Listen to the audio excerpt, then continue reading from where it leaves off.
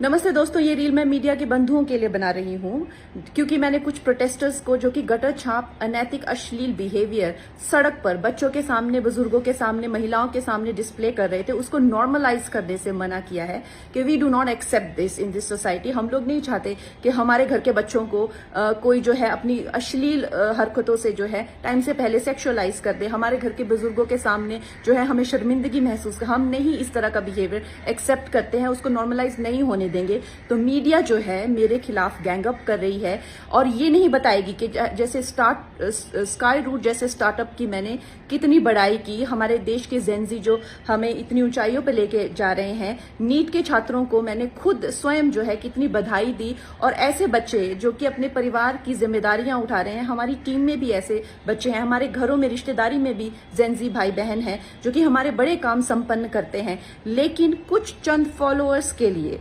और चंद कमेंट्स के लिए और कुछ लाइक्स के लिए ये मीडिया वाले इतने ज्यादा बिक चुके हैं। और मैं देख रही हूँ कि कुछ फेमिनिस्ट जो हैं वो एंकर्स कह लीजिए या पूरे एक बुलेटिन कर रहे हैं और मुझे सिखा रहे हैं कि Kangana, why should these women have the burden of dignity और डिसिप्लिन। हम लोग मिलेनियल वुमेन पे इतना प्रेशर था to be dignified and to be disciplined. Why do we have to give that burden to this generation? Excuse me, क्या आप अपनी बेटी को ऐसा सिखाएंगे?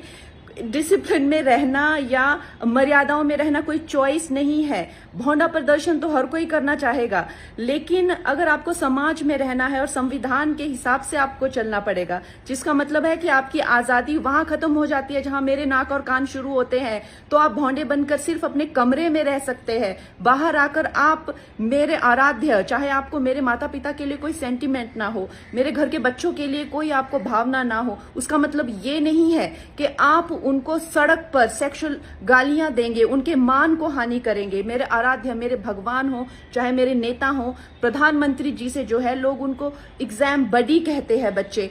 उनके साथ में कितने लोगों की भावनाएं, कोई उनको लीडर मानता है, कोई उनको दोस्त मानता है, कोई उनको परिवारजन मानता है, कोई उनको भगवान मानता है। उसी तरह से आप किसी की फीलिंग्स हर्ट नहीं कर सकते हैं। ये कोई कूल बनना नहीं है, ये एक बेसिक सिविक सेंस है और अगर आपको ये नहीं आती है तो आपको सीखना पड़ेगा।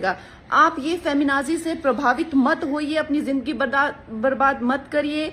इस भौंडेपन को सिर्फ और सिर्फ आप अपने कमरे में डिस्प्ले कर सकते हैं। बाहर जाके आपको मर्यादा में रहना पड़ेगा ना, या आप वर्क प्लेस से निकाल दिए जाओगे। आप कभी भी कोई संबंध, परिवार वाले भी आपको भौंडापन नहीं झेलेंगे, तो आपके सामने एक डेड एंड के सिवाय अंधकार वाली जिंदगी हो जाएगी।